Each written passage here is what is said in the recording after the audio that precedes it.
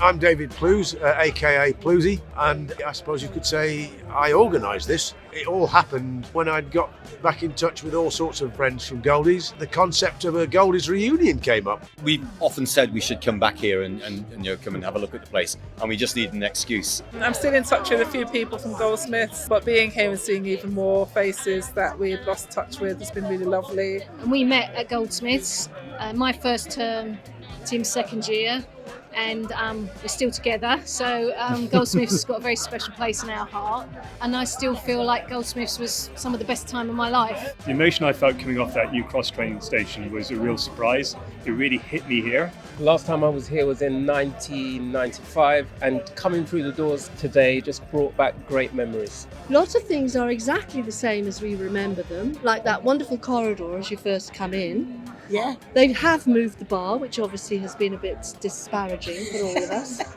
At Goldsmiths, just because there was such a huge variety of students here, you had this real sense of it being, a melting pot of a very diverse group of people. I think it was my first or second year. I was walking in for a day's lecturing, and standing outside was a gentleman with a motorcycle helmet on, and where you'd have the visor, he'd instead put a cage, he'd sorted in a cage, and inside the helmet was a rat. And he was standing there, and of course, being British, people were just walking past, ignoring him. And I ventured up and said, "What are you doing?" And the guy said, "Well, I'm protesting against the college's ethics committee for banning my work of art, which was a fetus in formaldehyde."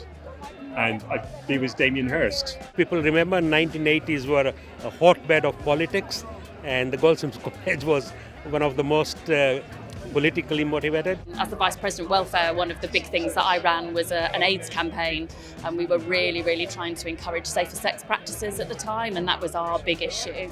We actually met with the African Caribbean Society. Yes. Actually, we changed the name, it used to be the Afro-Caribbean. Yeah, and we changed it to African. That's right. Goldsmiths itself still seems to attract a diverse range of people who seem to have a left field thinking, and as long as Goldsmiths promotes that and those people keep coming, then I think it's still a very important place.